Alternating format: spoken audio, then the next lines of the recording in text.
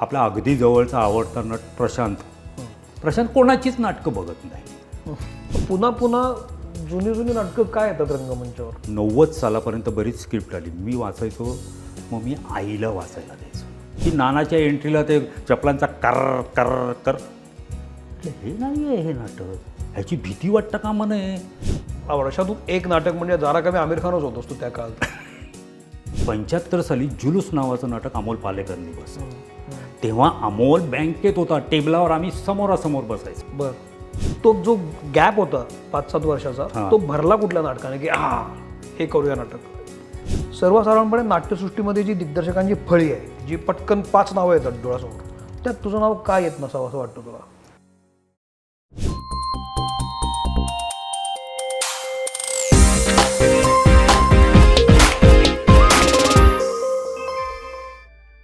नमस्कार, मी सौमित्र बोटे. मित्र म्हणेमध्ये तुम्हा सगळ्यांचं स्वागत. आज आपल्यासोबत आहे दिग्दर्शक अभिनेते राजन ताम्हाणे. राजन दादा, मी तुझं मनपूर्वक स्वागत करतो. राजन दादा आता जवळपास 40-45 वर्ष नाट्यसृष्टीमध्ये काम करतोय, अभिनयही करतोय, दिग्दर्शनही करतोय अर्थात. पण तो दिग्दर्शक म्हणून अनेकांना माहिती आहे, सर्वांना माहिती आहे. आणि आणखी एक महत्त्वाची गोष्ट अशी की जवळपास 45-46 नाटकं त्यानं आत्तापर्यंत दिग्दर्शित केलेली आहेत. असं हे बहुआयामी व्यक्तिमत्व मला वाटतं. मित्रमणेमध्ये मी अशा व्यक्तींशी बोलत असतो ज्यांच्याबद्दल मला एक कुतूहल वाटत असतं, खूप मनात शंका असतात, प्रश्न असतात आणि अर्थात आदरही असतो कामाचा. त्या कुतूहलातूनच आज आपण इथं भेटलो आहे. मित्रमणेमध्ये आलास याबद्दल आम्ही छोटीशी भेटवस्तू तुला देतो. आशमन पेबलतर्फे हा एक हँड पेंटेड दिवा आहे जो तुला आवडेल. दगडावर हँड पेंटेड केलेला वजनावरनं कळतोय. हो. अर्क ऑइल्स तर्फे ही लाकडी घाण्यापासून बनवलेली तेल आहेत, ज्याच्यामध्ये काही केमिकल किंवा प्रिझर्वेटिव्ह नाही आहेत. अतिशय तुला उपयोगी असेल. येस. नेत्रा फूड्स तर्फे इन्स्टंट मील आहे. ह्याच्यातही काही प्रिझर्वेटिव्ह नाही आहेत, एका वाफेवर तयार होतात. सगळे महाराष्ट्रीय पदार्थ आहेत, हेही तुला आवडतील.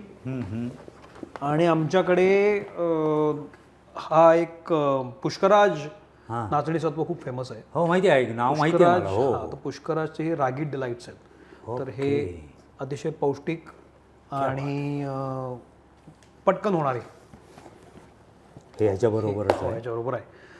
तर नेत्रा, अर्क, पुष्कराज आणि अश्मन याबद्दल याची माहिती तुम्हाला हवी असेल तर डिस्क्रिप्शन बॉक्समध्ये आम्ही त्याची माहिती देणार आहोत. शिवाय आता स्क्रीनवर सुद्धा तुम्ही त्याचे कॉन्टॅक्ट डिटेल्स पाहिले असतील. तुम्ही ही ऑर्डर करू शकता आणि मागवू शकता. Thank you very much. हे कसे वाटतात सगळे प्रॉडक्ट्स मला सांग. सगळे टेस्ट करणार मी. टेस्ट करणारे म्हणजे तेच आहेत ना. हो, तेच. बरं, शर्ट आणि हे नाही दिलं ते हे महत्त्वाचं आहे रे. Thank you thank you very much. तर माझा पहिला प्रश्न हा आहे की जेव्हा मी नाट्यसृष्टीमधले दिग्दर्शक कुठले आहेत असं जेव्हा पाहतो तेव्हा मला एक फळी दिसते की जी आत्ता कार्यरत आहे. खूप सारी नाटकं करतात लोक आणि मोठी मोठी नावं आहेत, चांगली नावं आहेत. तुझे नाव खूप महत्त्वाचं आहेच. पण over the period of time, गेल्या काही वर्षांपासून आपण एकमेकाला ओळखतो, पण तू मला त्या अर्थानं मेनस्ट्रीम प्रवाहामध्ये तुझं नाव आलेलं मला जाणवलं नाही. तू महत्त्वाचा दिग्दर्शक आहेस. पण तुझी दुसरी बाजू अशी आहे की तू तुझा स्वतः उभा असल्यासारखा एक काम करत राहिलास. तू तुझी वाट घेऊन काम करत राहिलास. तू कुठल्याही स्पर्धेत आला नाहीस किंवा कशाच्या तुलनेत आला नाहीस, काय नाही. असं वेगळंच व्यक्तिमत्व मला वाटतं हे की तू तुझं काम करत राहिलास आणि खूप उत्तम नाटकं देत राहिलास. असं का झालं? सर्वसाधारणपणे नाट्यसृष्टीमध्ये जी दिग्दर्शकांची फळी आहे, जी पटकन 5 नावं येतात डोळ्यासमोर, त्यात तुझं नाव काय येत नसावं असं वाटतं तुला? त्याच्यामागे बरीच कारणं आहेत. मुळात मी माझं दिग्दर्शनाचा हा प्रवास सुरू केला तेव्हा मी नोकरी करत होतो. आत्ताचे जेवढे दिग्दर्शक आहेत ते फुल टाईम तेच करत आहेत. पण मी बँकेत नोकरी करत होतो आणि नोकरी करत असताना दिग्दर्शन करत होतो. होय. आणि 1985 साली माझं हे नाटक सविता दामोदर परांजपे, जे माझं ॲज ए दिग्दर्शक पहिलं नाटक आणि लेखक म्हणून शेखर ताम्हाणेचंही पहिलंच नाटक. तर त्या पिरियडमध्ये बँकेत नोकरी करत असताना वर्षातनं एकच नाटक करायचं. आणि असं काय मी याच संस्थेकडे नाटक करणार किंवा त्याच संस्थेकडे किंवा आमची स्वतःची संस्थाही नव्हती. तर मी फ्रीलान्स डिरेक्टर होतो. त्याच्यानंतर काही वर्षांनी मला माझं हे नाटक बघितल्यानंतर लता नार्वेकर अप्रोच झाल्या. मग त्यांची लाईनीत 6 नाटकं केली.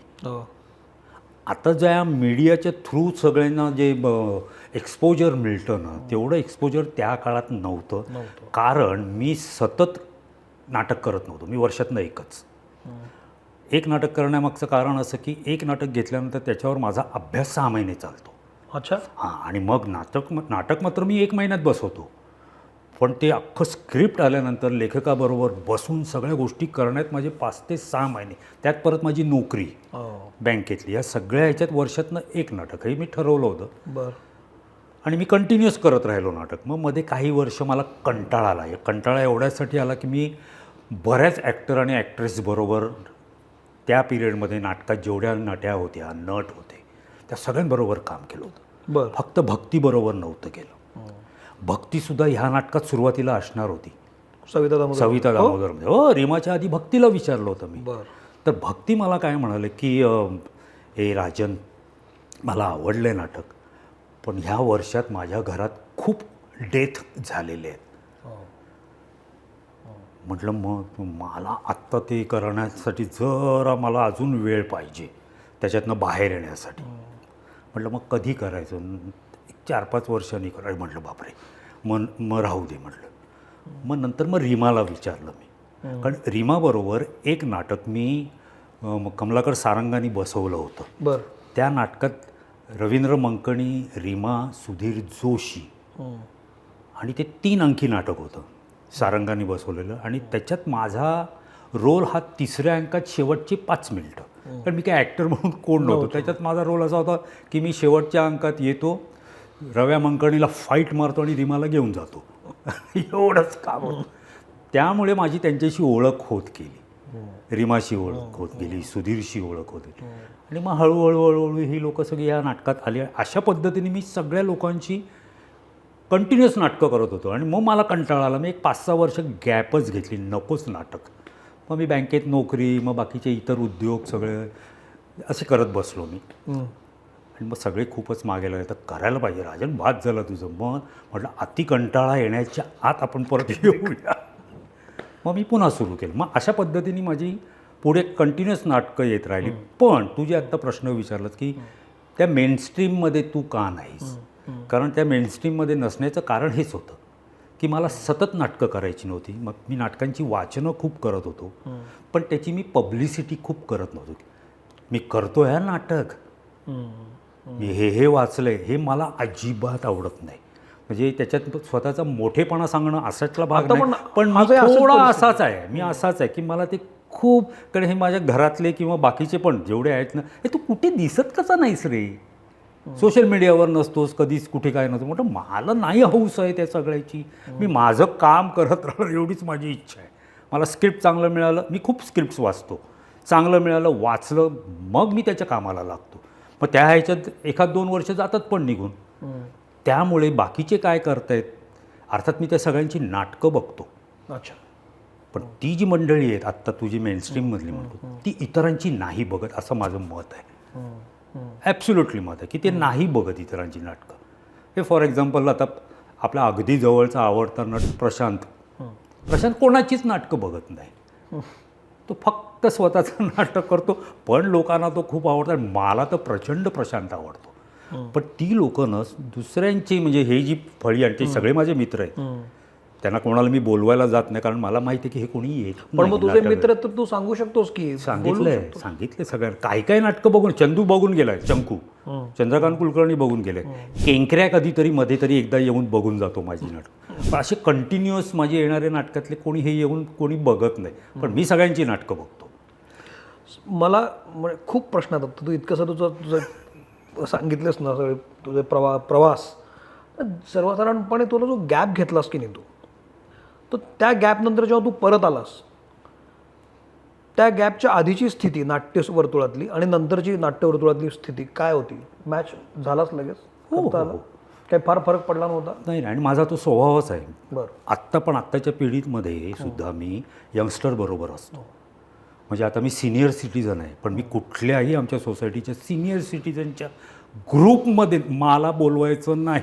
मी तरुणांच्यात काम करतो. एव्हरग्रीन तो तुम्ही म्हणा एव्हरग्रीन, पण मग मी जात नाही तिथे कुठे. मला तरुणांबरोबर काम करायला आवडतं. पण आत्ताचे ह्या नाटकाचे निर्माते आहेत ते इतके तरुण आहेत त्यामुळे मला त्यांच्याबरोबर काम करायला लागतं. तुझं याच्यामध्ये नाटक सिलेक्ट करण्याची प्रोसेस काय असते? तू वर्षाला एक नाटक आधी करत होतास, आताही तुझी नाटकं करतोयस.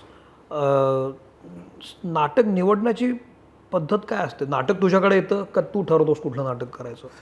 कसं होतं ना, सगळं ऑल ऑफ ए सडन होत नाही. हे जेव्हा पहिलं नाटक सविता दामोदर परांजपे केलं, त्याच्यानंतर बऱ्याच लोकांनी ते बघितल्यानंतर लेखक माझ्याकडे यायला लागले स्क्रिप्ट घेऊन. आणि सगळेच म्हणजे मोर दॅन 90% स्क्रिप्ट अशाच पद्धतीचे, सविता दामोदर परांजपे, कोणाच्या काहीतरी होते अशा रिअलिस्टिक आणि काही सस्पेन्स, सायकोलॉजिकल प्ले वगैरे. म्हटलं आता मला तसंच नाही करायचं आहे नाटक, मला वेगळं हवं आहे. म्हणून मग मी ती बरीचशी रिजेक्ट केली. काही नाटकांच्या नावां पहिल्या पानावर नाव नाटकाचं बघितलं की नको, असं बऱ्याच वेळा झालेलं आहे माझं. किंवा नाव बरं वाटलं मग पहिली 2 पानं वाचतो आणि मग शेवटची पानं वाचतो. नाही, काहीच नाही आहे याच्यात. मला अंदाज येतो काय नाटक असू शकतं. त्यामुळे ती नाटकं मी अशी रिजेक्ट करायचो नाही, मी ती ठेवून द्यायचो. मग ते येऊन घेऊन जायचे. मग मी त्यांना सांगायचो मला नाही आवडलं. अशा सगळ्या याच्यात ते वर्ष जे जातं ना, त्या वर्षात एखादंच असं नाटक येतं मला. आता ती प्रोसेस सुरुवातीला कशी असायची, जेव्हा माझे आईवडील होते, आम्ही एकत्र राहत होतो, आईवडील, मी, बहिणी माझ्या.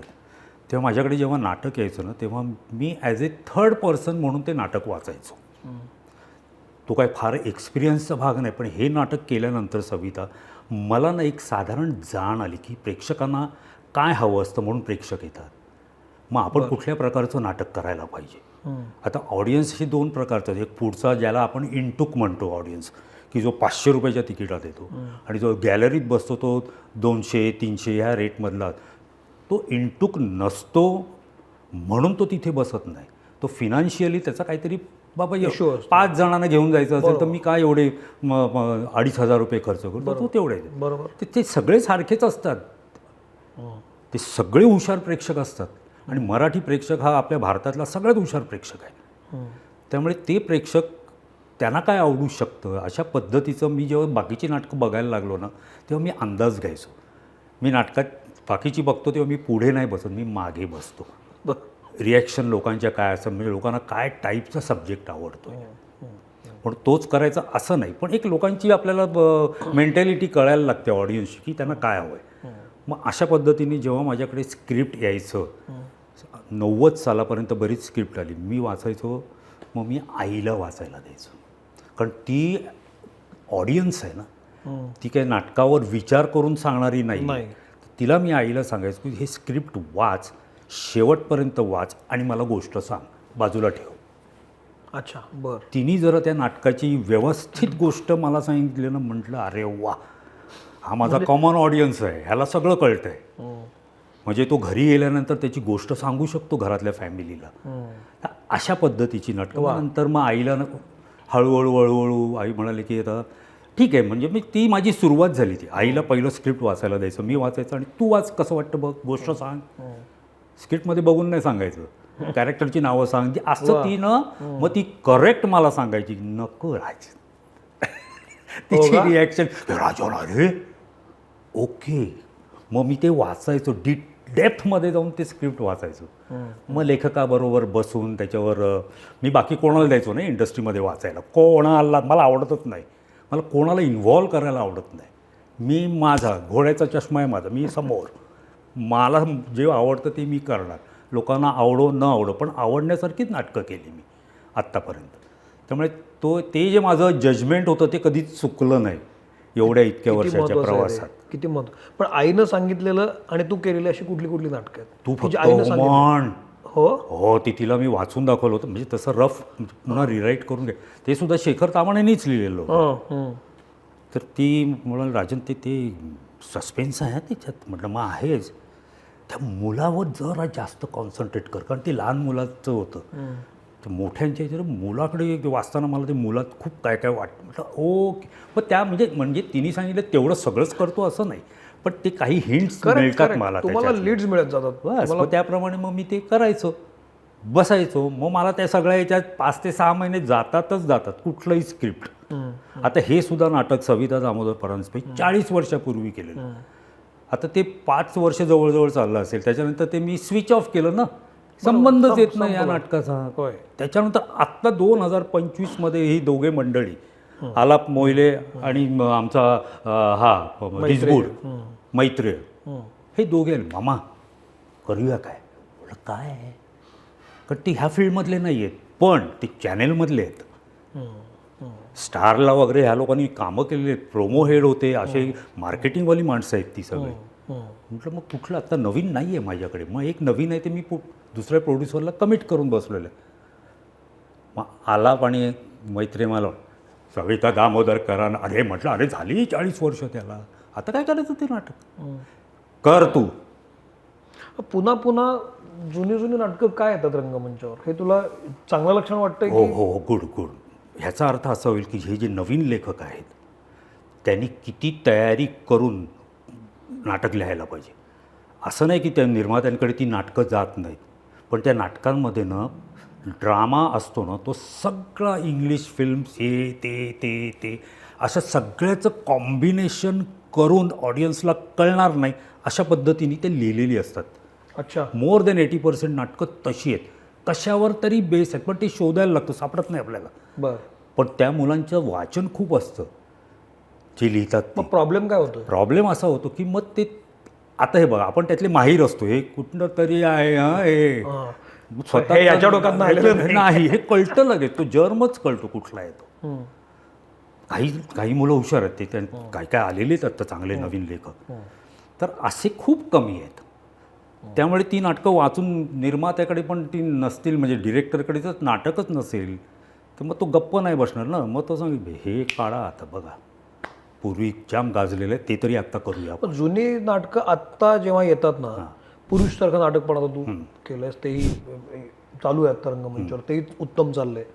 ही नाटकं पुन्हा पुन्हा येत आहेत, काळ खूप जुना आहे पण आता ती पुन्हा झाल्यावर पुन्हा तेवढीच गर्दी होती आहे.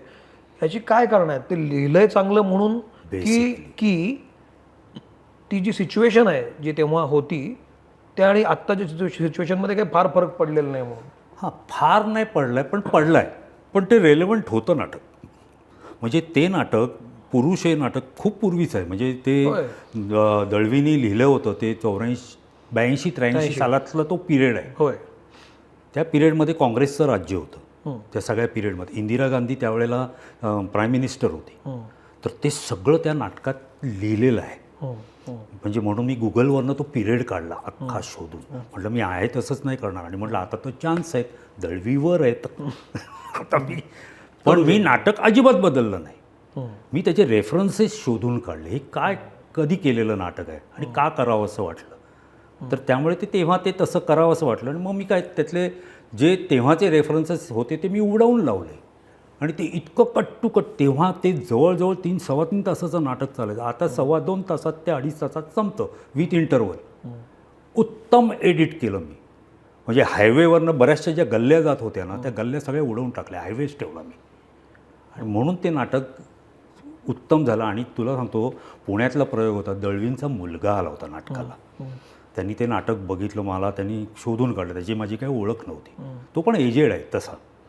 तर तो मला म्हणाला की तामाणे, मी तेव्हा बाबांचं नाटक विजयाबाईंनी बसवलं होतं, तेव्हा मी लाईनीत 5 प्रयोग बघितले होते. पण ते तेव्हा बघण्यासारखंच होतं, 5 प्रयोग. आणि आजचं तुमचं नाटक जेव्हा बघतोय ना, तर ते आधीचं जरा वॉशआउट झालं माझं नाटक.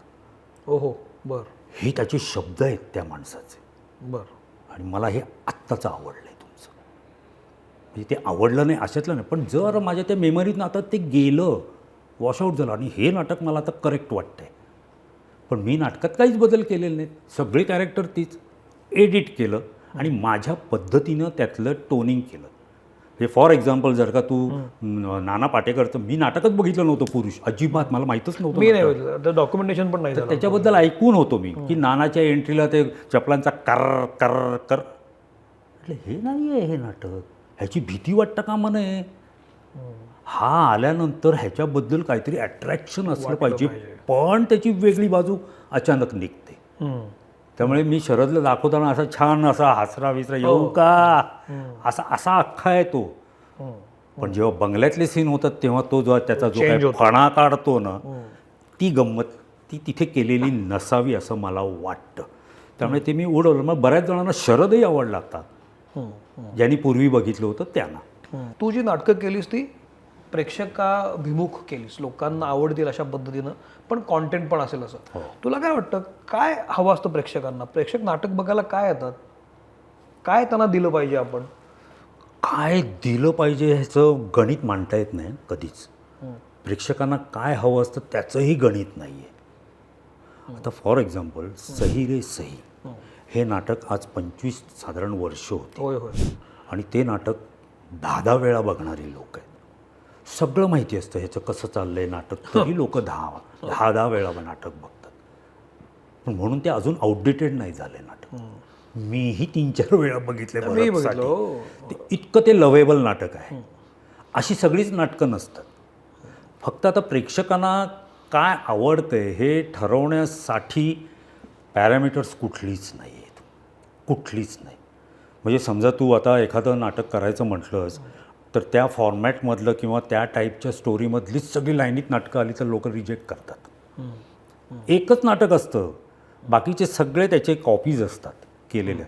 त्या कॉपीज बघायला लोक येतात पण ते कंटाळतात. मग नंतर तो विषयच लोकांना नको असतो, प्रेक्षकांना बघायलाच नको या विषयाची नाटकंच नाही बघायची. मग प्रेक्षकांना काय हवं आहे की आउट ऑफ वर्ल्ड काय त्यांना देऊ शकतो की जे सरप्रायझिंग एलिमेंट असेल त्या नाटकात. फॅमिली ड्रामा, सगळे फॅमिली ड्रामाज असतात पण त्याच्यात सुद्धा बरेच पैलू असतात. बरोबर. सगळे काय नवरा बायकोची भांडणं किंवा नवरा बायकोचं प्रेम किंवा आई वडील आणि त्या त्यांचे मुलगा आणि सून, ही अशी सगळी नाटकंच असायला पाहिजे असं काही नाही. पण त्या नाटकात सुद्धा काहीतरी असतं जे लेखकांनी शोधून काढायला पाहिजे. आता फॉर एक्झाम्पल आपण बऱ्याचशा सिरियल बघतो. बरोबर. सगळ्या सिरियल जेवढ्या चॅनेलवर जेवढ्या सिरियल सगळ्याची स्टोरी एकच आहे. कॅरेक्टर्स फक्त वेगळे आहेत, शेड्स वेगवेगळे आहेत. शेड्स वेगवेगळे आहेत, गोष्ट एकच आहे, सासू सून, ह्याच्या पलीकडे काय नाही. पण तरीसुद्धा लेखक त्याच्यात काहीतरी शोधत असतो म्हणून TRP कुठेतरी वर असतो. बरोबर. काय सिरियलचा. बरोबर. पण नाटकामध्ये तोच पण येत नाही का? सगळी दिवाणखानी नाटकच होतात. मग याला चॅलेंज कसं? तू जी नाटकं केली त्याच्यात मी फक्त एक ब्रेक दिला, तो प्रपोजल नाटकाचा, की जी मी ट्रेनच आणली तिथे. तो सॉलिड होता प्रकार. त्याच्यानंतर एकाने प्रयत्न केला की आता बोट दाखवूया म्हणून, बसलं त्याचं नाटक. ते एकदाच होतं रे. ते युनिकनेस जो असतो ना कुठल्या याचा, तो जन्म असतो ना, काय दाखवत आहे तो एकच असतो, तो एकदाच दाखवायचा असतो. मग त्याला तुम्ही बोट आणा नाहीतर रस्त्यावरच्या गाड्या आणा, हातगाड्या आणा, काही फरक पडत नाही. ते एकदा दिसलेलं असतं तेच एकदा दिसतं. मला प्रपोजल पण एक महत्त्वाचा टप्पा वाटतो तुझ्या वाटचालीमध्ये. तर सविता दामोदर आहे किंवा त्याच्यानंतर तू फक्त हो म्हणून तू म्हणालास आणि तू अकस्मात. हे टप्पे जे म्हणतोस तू महत्त्वाचे आहे, ते टप्पे का वाटतात तुला? त्या नाटकांनी काय तुला दिलं, का त्या नाटकांनी नाट्यसृष्टीला काय दिलं, इंडस्ट्रीला काय दिलं म्हणून तुला तो टप्पा वाटतो? आता तू अकस्मात बद्दल बोललास ना, तर अकस्मात नाटकात नवरा बायको, नवरा कॉमन चाळीत राहणारी माणसं, ती नवरा नोकरी करणारा, बायको शिक्षिका, असं एवढंच. त्यांना मूलबाळ नाही, काय नाही. आता पूर्वीच्या काळी मला ते नेपथ्यामुळे मी ते करावंसं वाटलं मला. कारण त्या नेपथ्यामध्ये घरातच माळा होता पूर्वीसारखा. घर अजूनही काही आता हळूहळू टॉवर झाले त्या ठिकाणी, लोकांना आता बघायला नाही मिळणार ते. पण ते माळे असायचे आणि त्याला जिना असायचा वर. म्हणजे भांडी कुंडी किंवा कोण राहायला आला तर जरा माळा साफ कर, तू वर जाऊन जाऊ, असे ते माळे होते पूर्वी. तर ती जी गंमत होती ना, तर त्याच्यात स्टोरीतच असं होतं की तो नवरा काहीतरी नोकरीसाठी बाहेर जातो आणि बसमध्ये त्याचं कोणाशी तरी भांडण होतं आणि तो कोणाला तरी ढकलून देतो BSTच्या बसमधनं आणि तो माणूस मरतो. आणि ह्याची म्हणजे तो घाबरतच घरी येतो आणि पोलीस त्याला शोधत आहेत. आता ह्या सगळ्यात तो कुठे जातो? तो माळ्यावर जाऊन लपतो. अख्खा नाटकात सदाशिव अमरापूरकर माळ्यावर आहे. घरात काय चाललंय फक्त तो रात्री यायचा झोपायला, दिवसभरात वरून बघायचा घरात काय चाललंय ते. बायको ह्याला गेल्यानंतर शाळेत शिकायला जाताना ती फक्त त्याला अशी करून जायची, अशी ती नीना कुलकर्णी जायची वगैरे. आणि त्या सगळ्या ह्याच्यातनं तिने बाजूच्यानं चावी दिलेली असते, त्या पोरांना अभ्यास करायचा असतो म्हणून. तर हा म्हणतो मी वर आहे, यांना कुठे अभ्यासाला तू पाठवते? ती म्हणाली नाही, त्यांची अभ्यासाची पोरं, कारण ही शिक्षिका आहे त्यामुळे ती पोरं यायची, ही शिकवायची नाही, ती शाळेत जायची. पण ती पोरं पोरी काय वाटेल ते धंदे करायचे रे, इथे अभ्यास सोडून सगळं करायचं. आणि हे सगळं तो वरून बघाय, बोलू शकत नाही या सगळ्या ह्याच्यात तो. असं तर तो मला तो प्रकार ट्रिगर वाटला. हां. आणि शेवटी तो म्हणतो आता नाही, मला ह्याच्यातनं बाहेर पडायचं, बाज झालं. पोलीस म्हणून, इन्स्पेक्टर म्हणून महेश मांजरेकर येतो, पण महेशनीच प्रोड्यूस केलं होतं. त्यामुळे मला काम आहे का म्हटलं, आहे तुला इन्स्पेक्टरचं काम आहे. मग तो जिन्यावरनं असा चालत चालत माळ्याचं जिना आणि हाफवे जातो, पण तोपर्यंत लोकांना टेन्शन येतं, हा वरती आहे. आणि बोलता बोलता तो अर्ध्या वाटेवरनं परत हां तर मी काय म्हणत होतो असं म्हणत ते सतत वरच्याला टेन्शन दिलेलं त्या असतं. नाटकामध्ये सदाशिव अमरपूरकरांना कसं काय कास्ट केलं एकदम त्या काळात? तर ते म्हणजे एकदम अरे, बॉलिवूड मधले. नाही, माझा फार काय ओळखीचा नव्हता किंवा नावाने माहीत असेल तर महेशचा तो मित्र होता सदाशिव. महेश म्हणाला ह्याला आणूया ना आपण. म्हटलं वाचून दाखवूया आधी, त्याचे सिनेमे चालले तेवढे. त्याला आवडतं म्हणजे केलं. पण त्यांनी ते काही अटी घातल्या की मी 6 वाजता येणार म्हणून ते 3 महिने असं ते झालं. पण तो रोल त्याला खूप आवडला आणि म्हणून त्यांनी ते केलं आणि भरपूर प्रयोग केले. मग कास्टिंग तुझं वेगळंच असायचं आणि कास्टिंगमुळे निम्म नाटक तुम्ही जिंकता. तुम्ही कसं कास्ट करता. तुझ्या नाटकामधल्या कास्टिंगचा काय क्रायटेरिया असायचा?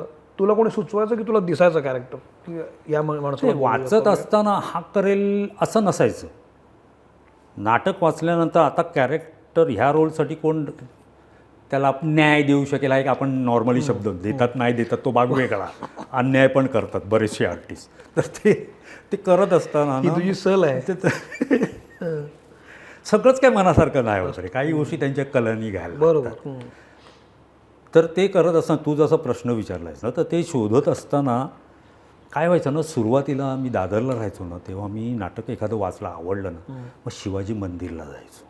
शिवाजी मंदिरला सगळे बोर्ड लागलेले असतात बरोबर सगळ्या नाटकांचे. म्हटलं माझ्या ह्या कॅरेक्टरसाठी ह्यातला कोण असू शकतो, कारण असे काही मला पेपरातनं काही कळणार नाही आहेत.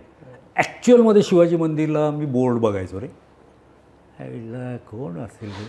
हां रे, मग विलास जाधवला विलास ह्याचं नाव लिहिलं आहे, त्याचा नंबर आहे का. मग तेव्हा ते लँडलाईनचे नंबर असायचे. मग मी फोन करायचो. अच्छा, तिथून सुरुवात. ही अशी सुरुवात होती माझी. मी ठरवायचो ना, मी बघायचो मला तो गेटअपमध्ये कसा दिसेल. ॲक्च्युअलमध्ये तर मी त्याला ये आणि आता नाही तू नाही बरं असं नाही करू शकत ना आपण. मला ती पोस्टर्स दिसायची, त्या पोस्टरमधनं मी ह्याचा नंबर घेऊन ठेव, ह्याचा नंबर घेऊन ठेव, असे करत मी ती माणसं ॲक्टर्स जमवले. ह्यातला या इतक्या वर्षात तू 40-45 नाटकं केली, ह्यातलं तुझ्या लक्षात राहिलेलं असं कुठलं कास्टिंग आहे की त्याला जुळवताना दमछाक झाली पण कास्टिंग चांगलं झालं? सापडता सापडेना पण सापडलं आणि चांगलं झालं. एक नाटक मी केलं होतं, पाऊल न वाजवता. बरं. लता नार्वेकरचंच नाटक होतं ते, ज्याच्यात विनय आपटे होता, 2 मुलं होती आणि त्याचे बायको. विनय आपटे हा दाखवला होता की तो इंडस्ट्रीमध्ये असा नेहमीच्या टिचक्यातलं तो असा सगळं मी करणारा, आणि बायको बिचारी शांत हाऊसवाईफ आणि 2 मुलं. आता हे मी एका नटी, तिचं नाव नाही मुद्दाम लिहिलं, एका अत्यंत माझी आवडती नटी, तिला मी वाचून दाखवलं कारण त्याच्यात इंटरवलला ती मरते. बरं.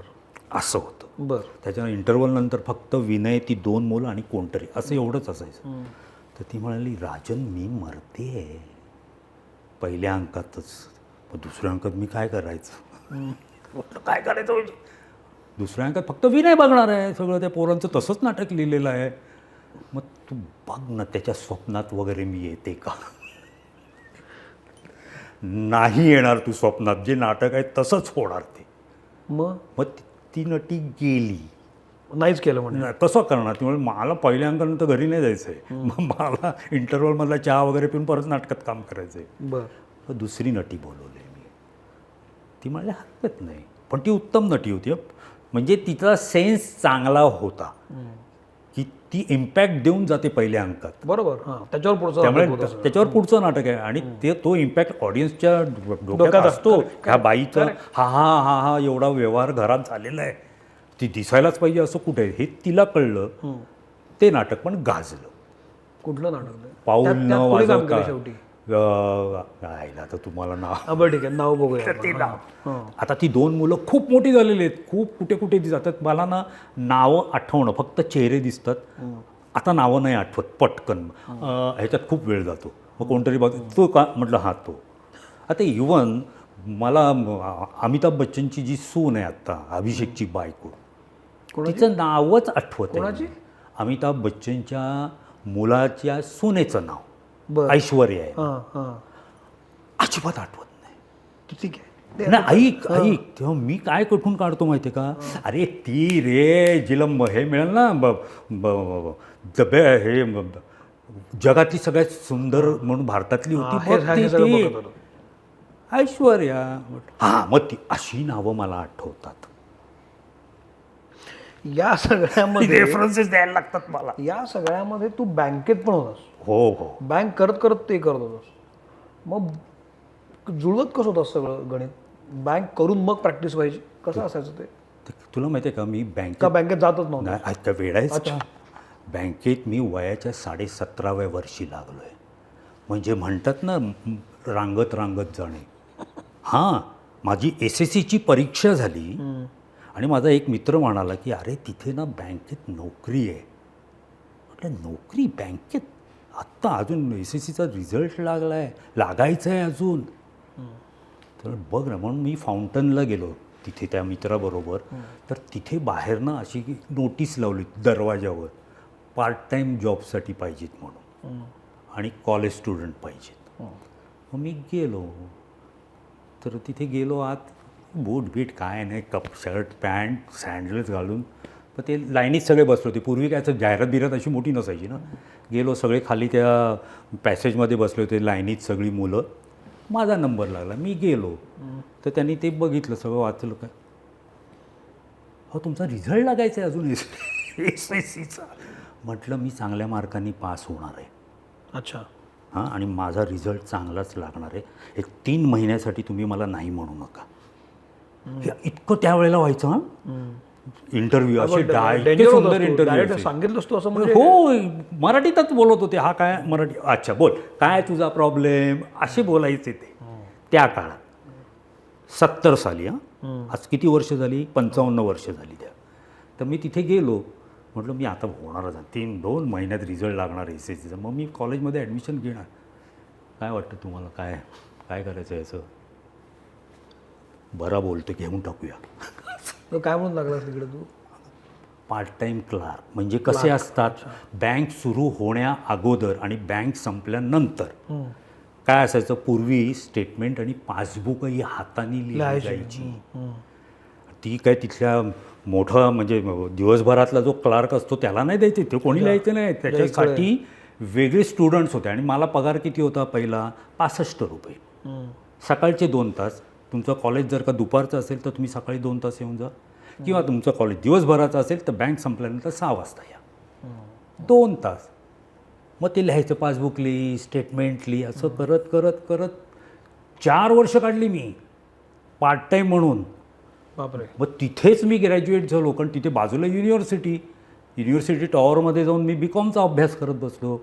सगळे अभ्यास बँकेत राहून केले, परीक्षा बँकेत राहूनच दिल्या. मग अशा पद्धतीने माझं BComचा रिझल्ट लागला आणि मग मी बँकेची नोकरी तर परत ते सुरू झालं, आता फुल टाईमर्स पाहिजे म्हणून. त्याच बँकेत सेम 3 नोव्हेंबरला माझा शेवटचा दिवस पार्ट टाईमवर, 4 नोव्हेंबरला फुल टाईम. अख्खी नोकरी ती. मग पुढे मी 34 वर्ष केली, म्हणजे टोटल 38 वर्ष मी नोकरी केली. अरे बापरे. आणि जे मला बॉस आता नंतर यायचे ना, ते मला ज्युनियर असायचे पण माझे बॉस असायचे ते. बरोबर. कारण मी आयुष्यात ठरवलं होतं मला ऑफिसर नाही व्हायचं, मी कारकूनच होणार. काय सांगतो? कारण मला नाटक करायचं आहे ना, कारण ऑफिसर वगैरे झालं की ट्रान्सफर वगैरे होतात. मला मुंबईत राहून सगळं करायचं आहे. मग तू नाटक करत कधी होतास? 75 साली जुलूस नावाचं नाटक अमोल पालेकरांनी बसवलं. तेव्हा अमोल बँकेत होता, टेबलावर आम्ही समोरासमोर बसायचो. बरं. तेव्हा अमोल म्हणाला की मी एक करतोय. तेव्हा मी ना तळवळकरमध्ये बॉडी बिडी मस्त होती. तर त्यांनी मला बघितलं, काय राजन काय करतोस काय, नाटक बिटक कर. म्हणजे काय वेडा आहेस का तू? त्यावेळेला अमोल फेमस नव्हता, काय नव्हता, त्याचा सिनेमा पण पहिला आलेला नव्हता. काय तू नाटक कुठलं काय? मी बालनाट्यसुद्धा बघितलेलं नाही, खरंच नव्हतं बघितलं. अच्छा. अजिबात नाटकाच्या नशी संबंध नव्हता माझा. तो मला म्हणाला की राज्यनाट्य स्पर्धेसाठी आपण काहीतरी बसवतोय, तर माहीमला रिहर्सल आहे. मग तेव्हा मी दादरलाच राहत होतो. म्हटलं येतो. मग संध्याकाळी गेलो. मग माझी हेमचंद्र अधिकाऱ्यांची ओळख, हे सगळे जो सगळा मोठा ग्रुप होता त्यांच्याशी, आणि मी बच्चा तिथे गेलेलो. मग अमोलने ओळख करून द्या, बँकेतला आहे, करूया आता. नाहीतरी ते ग्रुपचंच नाटक होतं ना. करूया. हां, त्या ग्रुपमध्ये आम्ही लपून गेलो सगळे, त्यामुळे मी त्याच्यात गेलो. तिथनं जो किडा झाला ना मला तयार नाटकाचा, मग त्याच्यानंतर मी 75 ते 85 जवळजवळ 150 ते 200 एकांकिका केल्या. काय म्हणतो? म्हणजे मी बँकेत होतो, मग इंटर बँक, बँक, मग हे बाकीच्या सगळ्या, मग ग्रुप तयार झाला आमचा. पण ती एकांकिका होत्या, तो एक्सपिरियन्स मला आला होता. एक एकांकिका तर अशी होती, कल्पना एक आविष्कार अनेक नावाचं, जे 87मध्ये सुरू झालं होतं. ह्यांनी सुरू केलं होतं. कोण आपले पारले ते बिचारे, फेमस आहे ते कल्पना. कल्पना एक पहिलं वर्ष, बरोबर, पहिलं वर्ष 87 सालातलं. तेव्हा दळवींची कथा दिली होती, शेवकांडीचे लाडू. बर. आणि त्यांनी मुंबईतल्या 10 संस्था त्यांनीच निवडल्या होत्या. बर. आणि त्या संस्थांना सांगितलं होतं की ही कथा, या कथेवरनं प्रत्येकाने वेगवेगळं नाटक बनवायचं. अशी सुरुवात झाली आहे तेव्हा. बर. शेवकांडीचे लाडू हे त्या कथेचं नाव होतं, दळवींची कथा. म्हटलं आता कोण याच्यात घ्यायचं. आणि तिथे असं काय नव्हतं की तुम्ही प्रायोगिकवालेच घ्या, कमर्शियलवाले पण घ्या ना. अच्छा. मग माझ्या नाटकात कोण होतं, रीमा लागू आणि सुधीर जोशी. हो. हां, दुसऱ्या एका नाटकात नाना पाटेकर आणि आणखीन कोणतरी, अशा एकांकिका झाल्या. आणि त्या माझ्या नाटकाची रिहर्सल त्यावेळेला रीमा युनियन बँकेत नोकरीला होती. म्हटलं मग रिहर्सल कुठे करायची आपण. मग बँकेतच, माझ्याच बँकेत 6 वाजल्यानंतर सोफे बिफे बाजूला. आज ऐकणाऱ्यांना आश्चर्य वाटेल ना, बँकेत असं काय व्हायचं म्हणजे दंतकथाच झाली ती आता. आणि ती यायचे, सुधीर यायचा दादरवरनं, सुधीर जोशी, संजय मोने, संजय नाही, सुधीर जोशी, आणि ती एकांकिका होती.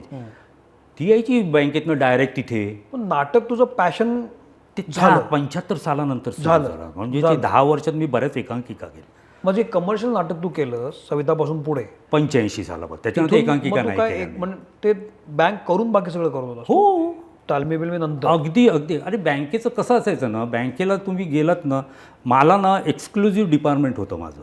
म्हणजे मी बँकेचं टोटल टॅक्सेशनचं बघायचो, की जिथे कस्टमर माझं झालं आहे का वगैरे, अशातलं काही संबंध. माझा कोपराच वेगळा होता. त्यामुळे मी मस्त कम्प्युटरवर गाणी बिणी लावायचो. आणि मी माझ्या बॉसला सांगितलं होतं मी सकाळी येणार नाही. वा वा.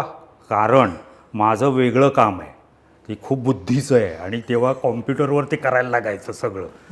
त्यामुळे मग किती वाजता येणार. म्हटलं जेव्हा बँक सुटते, हे सगळे जातात, तेव्हा मी बँकेत येणार. थोडं कसं चालेल तुमचं. म्हटलं मी असंच करणार आहे. ठीक आहे. मग बॉसनी वरच्या आणखीन बॉसला सांगितलं, कारण माझ्याबद्दलचा रेकॉर्ड चांगला होता, त्यामुळे तो असं असं काम करतो आहे, एक्सक्लुझिव्ह वेगळं काम आहे, करू दे ना.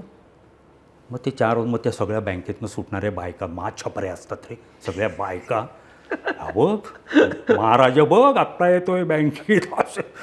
म्हटलं तुम्हाला काय करायचं आहे, मी काम करतो ना, तुमचा काही संबंध आहे. आणि सगळ्या बायका रे, सगळ्या एकमेकीनं टोचून टोचून, तो बघ महाराजा आत्ता शिरतोय बँकेत, आणि त्या सगळ्या घरी जायच्या असतात.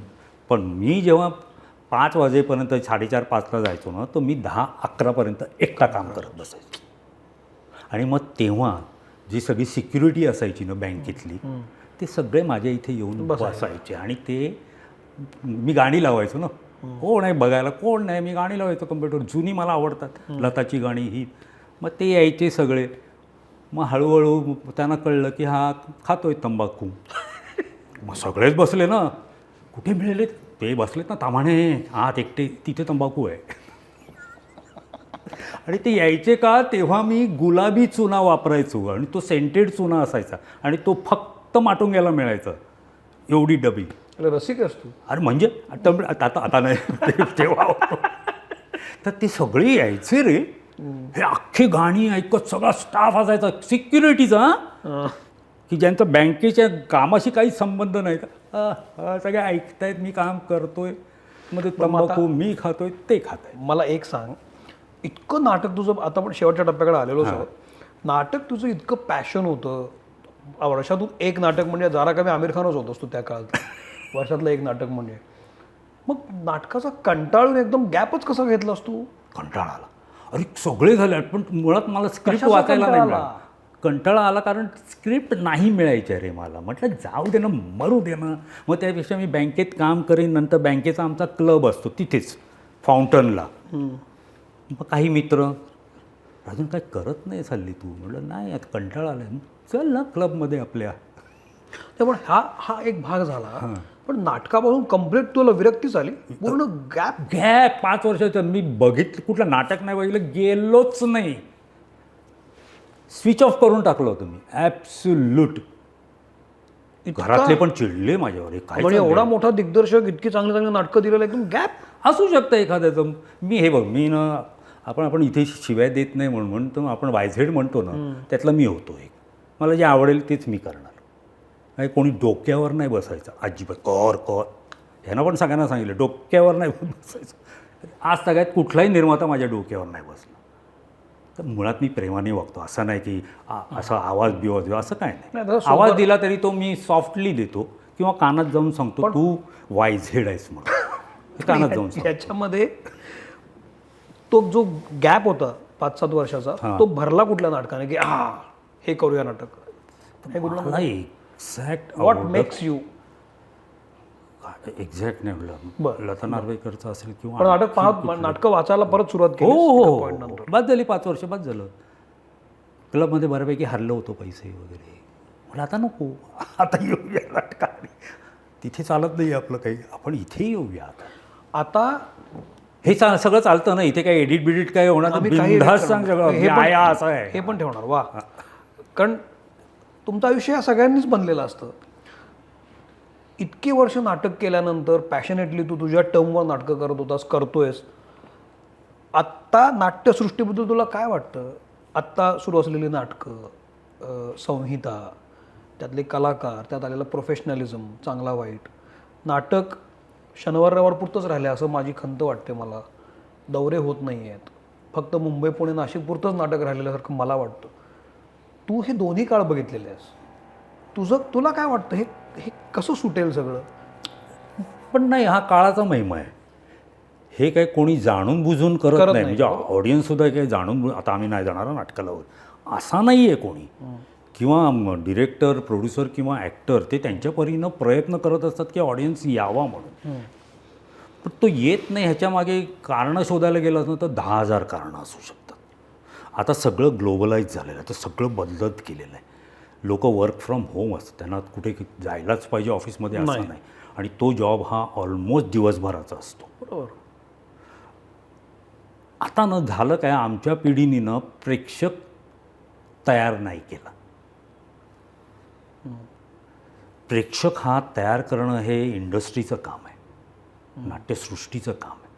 म्हणजे असं नाही की प्रेक्षकांची शाळा घ्या, वर्कशॉप, असं नाही.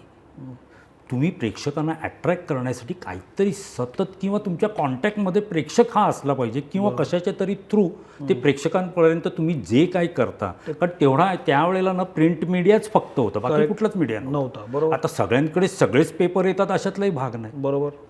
त्यामुळे घराच्या जवळ जे नाटक आहे किंवा आज सुट्टी आहे म्हणून बघून जाऊया, पडून बघायला यायची प्रेक्षक यायचा. पण आता येत नाही, कमी प्रमाणात येतो. काही लिमिटेड नाटकांनाच प्रेक्षक येतो, बाकीच्या नाटकांना येत नाही. कारण बदललेलं जनरेशन आहे. आता जनरेशनच्या हातात हे आलेलं आहे. बरोबर. ह्याच्यात तो इतका गुंतो, इतकी रील्स बघतात. ते कोणीही जुनी इंग्लिश फिल्म नाही बघत. हार्डली एखाद दुसरे असतील की ज्यांना ह्या फील्डमध्ये इंटरेस्ट असेल. पण बाकीचे रील्स बघ किंवा काहीतरी मजा गंमत, ही सगळं त्याच्यात तो प्रेक्षक नाटकाचं काहीच बघत नाही. बरोबर. त्यामुळे त्याला नाटकाबद्दल इंटरेस्ट हा तयार होणारच नाही. आता काही नाटकं जी आले ती फक्त यंगस्टर्ससाठी आणि ती छान चालली, ती येतात यंगस्टर्स. तर ते जे आता तो प्रेक्षक आहे आमचा खरा. आता सविता दामोदरचा प्रेक्षक 40 वर्षापूर्वीचा जो तेव्हा 30-35चा असेल, तो आता 70त असेल ना. बरोबर. तो कशाला आत्ता कुठलं नाटक बघायला येईल? होय. मग आताची जी जनरेशन आहे जी 40च्या, कारण नॉर्मली 40 अँड अभाव असा प्रेक्षक असतो नाटकाला. बरोबर. त्याच्या खालचे फार कमी पोरं, ते रेअरली येतात, अगदीच कमी आहेत. तर मग तो प्रेक्षक आता जो अलीकडचा आहे 40च्या आतला आहे, तो खेचायचा आहे ना प्रत्येकाला. मग त्याच्यासाठी त्या पद्धतीची नाटकं पाहिजेत. आता त्यातली जे इंटरेस्टेड प्रेक्षक आहे ना त्यांना असं वाटत असतं की जे आत्ताचे जे बघतात त्याचे काही फार काही मजा येत नाही. असं एखाद दुसऱ्यांनी जरी सांगितलं तरी ते ग्रुपमध्ये ते पसरतं, त्यांच्या ते पसरतं. पण जर का त्यांना तुम्ही ऑथेंटिक, आता मी हे सविता दामोदर करण्यामागचं कारण तेच आहे, 40 वर्षानंतर. तर 40 वर्षापूर्वी हे नाटक का गाजलं, तेव्हाही ती प्रेक्षक मंडळी तरुणच होती. तर का गाजलं, तर आता आमच्या जाहिराती आणि हे असं असतं की आता तुम्ही बघा आम्ही तसंच्या तसं करतोय नाटक. आता आमच्या नाटकात मोबाईल नाही आहे, तेव्हा आमची अनाऊन्समेंट असणार आहे. हे मोबाईल नसलेल्या काळातलं नाटक आहे. आता मुलांना मोबाईल नसेल तर काय असू शकतं ही बघायला इंटरेस्ट आहे ना, इमॅजिनच होत नाही त्यांना. बरोबर. कारण आता मोबाईलशिवाय ते आयुष्य इमॅजिनच करू शकत नाही. शेवटचा प्रश्न विचारतो. आता इथून पुढे राजन ताम्हाणेंना कशा प्रकारची नाटकं करायची, काय करावं असं वाटतं, दिग्दर्शक म्हणून काय हाताळायचा विषय, कसं सादरीकरण करायचं? आता काय ना, मी कुठला हे बघ, माझं खूप वाचन नाही आहे, माझं लिमिटेड वाचन आहे. जेवढं नाटकाशी संबंधित आहे तेवढंच माझं वाचन. मी आउट ऑफ वे जाऊन हे वाच ते वाच असं मी नाही करत. खरं तर ते मी करायला पाहिजे. जे केंकरे करतो त्याचं खूप वाचन आहे आणि म्हणून मला तो खूप आवडतो ॲज अ डिरेक्टर म्हणून, कारण त्याला खूप रेफरन्सेस माहीत असतात. म्हणून केंकरे मला आवडतो, चंकू आवडतो, बाकीचे कुठले डिरेक्टर मला दिसत नाही. तर त्यांच्यानंतर जो मी फार नाटकाच्या संदर्भातलंच फक्त वाचतो, म्हणजे सोडून नाटकाच्या संदर्भातलं सोडून जनरल नॉलेज माझ्याकडे प्रचंड आहे. त्यामुळे अशा एखाद्या गोष्टीतनं जर का मी सायन्स फिक्शन करायचा माझा विचार आहे. बरं. हे जयंत नारळीकरांचं जे पुस्तक आहे त्याच्यात एक कथा आहे. त्या कथेवरनं प्रकाश आपला कोण जुना आपला प्रकाश बुद्धिसागर प्रकाश बुद्धिसागर अत्यंत हुशार डिरेक्टर. हो, प्रश्न. आम्ही एकाच ह्याच्यात. तर त्यांनी शिवाजी मंदिरला काहीतरी स्पर्धा होत्या, तर त्यांनी जयंत नारळीकरांच्या एका कथेवरनं त्यांनी ते एकांकिका केली. हो का? बरं. आणि त्याचं लाईटिंग मी केलं होतं. अरे बरं. खूपच वर्ष झाली त्याचं लाईटिंग मी केलं होतं. पण तेव्हा ती कथा इतकी उत्तम होती ना, आता ती किती एनलार्ज करता येते ना ते बघायचं आहे. त्यांच्या खूप कथा आहे. मला आता सायन्स फिक्शन एक करायचं आहे आणि दुसरं ऑलिम्पिक्स मला स्टेजवर दाखवायचे. कसं, फॉर एक्झाम्पल एक फिल्म होती, अकॅडमी अवॉर्ड सगळे मिळालेले आहेत त्याला, फायरवरची काहीतरी होती ती. त्याच्यात पूर्वी जेव्हा पहिलं ऑलिम्पिक्स व्हायचं ना तेव्हा युनिव्हर्सिटीज भाग घ्यायच्या. म्हणजे लंडनची युनिव्हर्सिटी आपण धरू, त्या युनिव्हर्सिटी मी बघून पण आलो. तर ह्या ज्या युनिव्हर्सिटी असेल त्या खूप मोठ्या असायच्या, म्हणजे त्यांच्या स्ट्रक्चर वाईजच ते मोठ्या. तर तिथे आत स्पर्धा व्हायच्या. म्हणजे ह्या फॉयरपासून त्या फॉयरपर्यंत जो धावेल 100 मीटर्समध्ये 200, तर ते व्हायचं. त्याच्यानंतर दुसऱ्या युनिव्हर्सिटीमध्ये पण ते असं, ते लंडनमधल्या लोकांचं युनिव्हर्सिटी रिप्रेझेंट करायची त्यांची हे स्पोर्ट्समन. बरं. त्याच्यावरची ती फिल्म होती. बरं. मग तुला ते अशा आता जर का ह्याच्यावरनं ते फिल्म करू शकतात तर मी पुरू बेर्डेशी पण बोललो होतो. म्हणजे पुरू माझ्या डोक्यात हे अशा पद्धतीचं आहे. स्टेडियम नाही दाखवू शकणार, स्टेडियमचं ॲम्बियन्स दाखवू शकतो, पण जे फिनिशिंग लाईनला पोचतात, समजा ते बिंगेत नसते पण फिनिशिंग लाईनला पोचतात, ते आपण त्या स्टेजवर दाखवू शकतो. तर त्याच्यावर माझं आता नाही काम चालू, पण ते मला म्हणजे सायन्सवर करायचं. आणि स्पोर्ट्स हा माझा सगळ्यात आवडता विषय. मला आवडलं की तू ते दिवाणखाने नाटकांमधून बाहेर पडायचंच आहे, हे फार महत्त्वाचं आहे. वा वा राजांना, मला तुझ्याशी बोलून मजा आली. थोडंसं तुला काय ते आपण उसवण्याचा प्रयत्न केला मी, जेवढा तेवढा तू कळलास. मनपूर्वक आभार. मित्र म्हणेचा हा एपिसोड कसा वाटला मला जरूर सांगा. राजन ताम्हाणे यांची नाटकात रंगभूमीवर आहेत. गोष्ट तिच्या घटस्फोटाची हे नाटक चालू आहे, पुरुष चालू आहे, सविता दामोदर परांजपे पण आता येत आहे, एव्हाना आलं पण असेल कदाचित. तर नाटकं पहा आणि तो म्हणतोय त्याप्रमाणे प्रेक्षक जोडला पाहिजे, प्रेक्षक तयार केला पाहिजे. ही जबाबदारी इंडस्ट्रीची आहे हे मला महत्त्वाचं वाटतं. थँक्यू व्हेरी मच, वेळ दिलास. थांबतो, भले ते घडो. थँक्यू.